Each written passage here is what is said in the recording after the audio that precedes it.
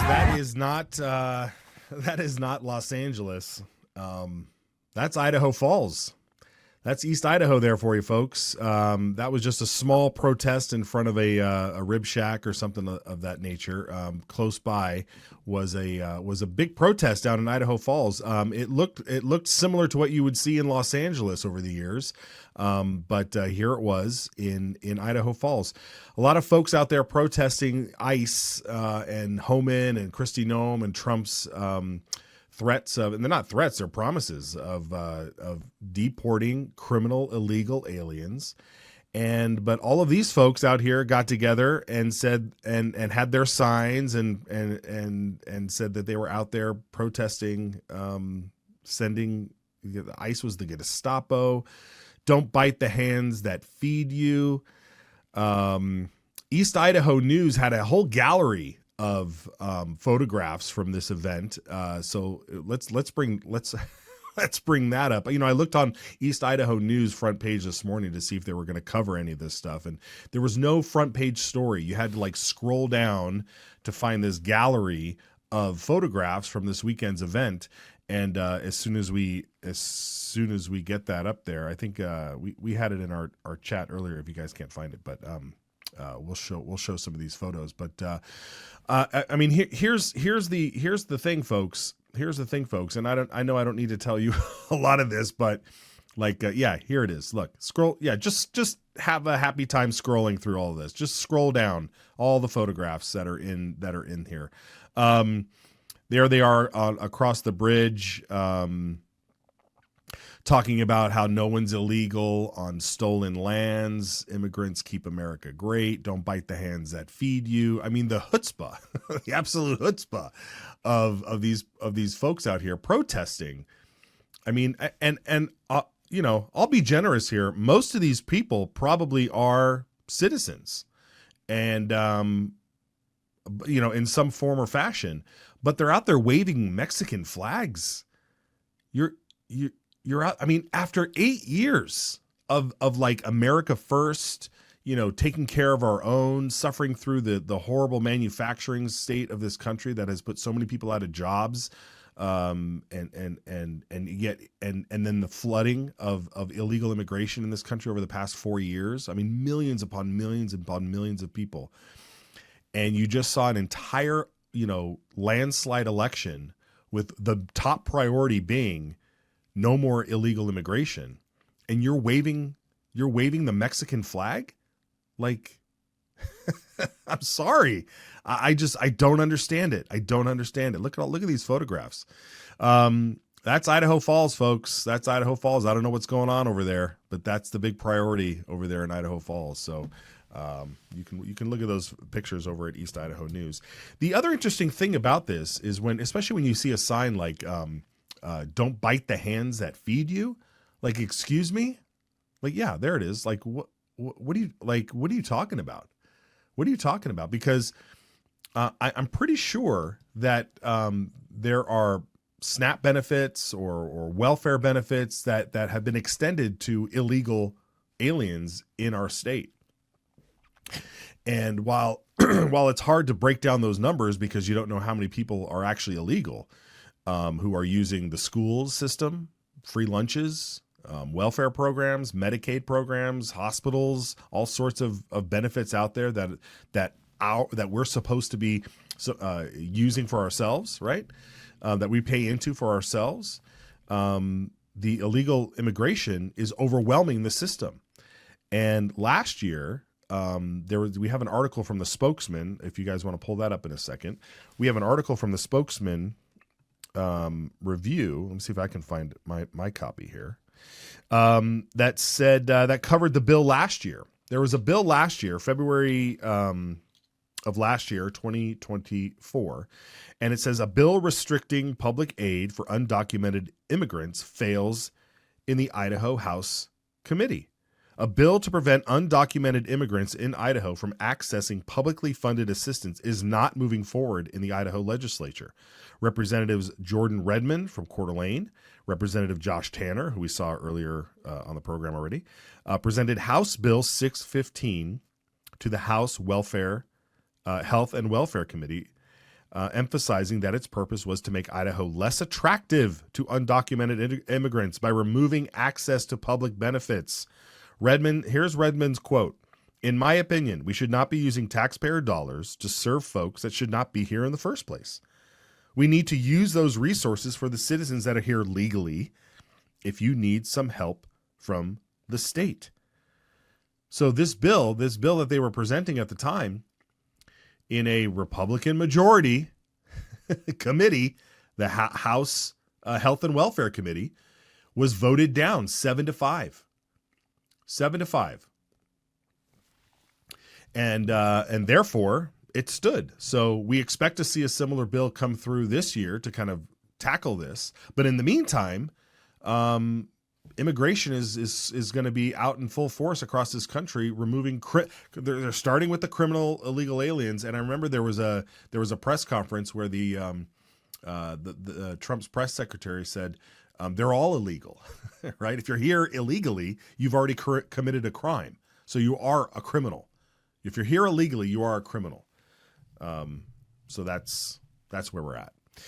Anyway, real quick, if you're a little bit confused or you want to push back on some of the things that Idaho offers to illegal immigrants, to illegal aliens, under Idaho law, to receive public assistance, state agencies are required to verify the lawful presence of adults applying for state, local, and federal benefits. However, there are 8 exceptions for which lawful presence is not required by Idaho law. This is from the article. For those seeking healthcare services in emergencies that are not organ transplants, short-term non-cash-in-hand emergency disaster relief, public health assistance for immunizations and treatment of symptoms of communicable diseases, programs and services such as short-term shelters, soup kitchens, crisis counselings, prenatal care, postnatal care, food assistance for dependents. House Bill 615 aimed to remove 6 of those exemptions to public assistance, but it did not go through. So that being said, folks, it's a new day, and we're going to continue to see this move forward and such. I believe Brian Allman is with us. Let's see if Brian Allman, give him a second to get. Hey, Brian, how are you this morning? Hi. Or afternoon for you. It's noon in the South. It is noon 03 here. Yes, that's right. As we continue to watch the tax bill on the House floor, there's still debate going on H40. But I kind of wanted to get your take on some of this immigration nonsense that erupted in Idaho Falls. As well as we saw another post that says this might happen again next weekend in Burley. So things are just ramping up. What's your take on this so far? Well, this is definitely an issue that's coming to a head. It's an issue that we've been struggling with for a couple of years now. And throughout the Biden administration, obviously, there's been absolutely no control at the border. People have just been coming in. Over the weekend, I saw some people who were writing some tweets about the meatpacking industry and how it's been essentially taken over by guest workers, whether legal or illegal. And I remembered a podcast a few years ago from somebody who used to work in the Trump administration talking about how what the Biden administration was doing was essentially taking unaccompanied minors and delivering them to these meatpacking plants throughout the Midwest, because they were listed as their family sponsors. They're trying to reunite families, but it's really just essentially delivering them into slave labor. And you wonder how much of that is going on here in Idaho. And, you don't know the citizenship status of the people who are protesting here. They could be legal, could be illegal, but sure. The optics of waving the Mexican flag through the streets of Idaho when the zeitgeist has changed so much in the last year with the election of Donald Trump and the start of these mass deportations, it's really not a good look, and we're going to see what happens here in Idaho. I was also reminiscing over the weekend that Senator Jim Guthrie, the chair of the Senate State Affairs Committee, he's been trying to get a bill through the last couple of years to allow illegal aliens to have driver's licenses. Their rationale is that they're already here. We want to make sure they're licensed and not causing problems on the road. But obviously that just incentivizes and condones law breaking. Like you said, once you cross the border without authorization or you overstay your visa, you are breaking the law. And it will be interesting to see where that goes this year with this change in the zeitgeist on this issue. Yeah, I can't even imagine he would dare bring it before his own committee, where he would think he would get a pass on it. Yeah, I just like, like you said, the optics of waving the Mexican flag. Like, to me, it strikes me as instigating. They want something to be instigated. We saw what happened down in Los Angeles. I mean, there were pictures, if you watch the national news. I mean, they were overtaking the freeway system down in Los Angeles. The cops showed up. There was a standoff, and then the cops just left, because you can only imagine what the press and what the left want when they see optics like this, like a big truck with the American flag coming down. Like, it kind of reminds me a little bit of that stupid fake story that happened in Coeur d'Alene last year. Is that the truck that was supposedly rushing down Coeur d'Alene, right? Anyway, I digress, but this, I mean, the optics of all this, like you said, is completely ridiculous. Today, by the way, Brian, is supposed to be a day without immigrants, right? Today's February 3rd. We don't have to play the screeching video on that, Mr. Producer. But here's a video that was going around, or a compilation, I guess, what was going around TikTok or whatever, which is today is February 3rd, a day without immigrants. Do we have that video? Yeah, here it is. Protest of immigrants within the United States. We will not be going to work, we will not be going to school, and we will not be spending a single penny. A mass strike in every single industry that relies on immigrant labor, because in my opinion, that is the best way that you show Donald Trump and Republicans what it actually means to get rid of all of the people that help this country run. This year, again, the day without a Mexican / a day without an immigrant. All right, can we, say it with me, Brian. We're waiting for the day without illegals. Can we get to that day? Whatever that day is on the calendar, I'm ready to celebrate, right?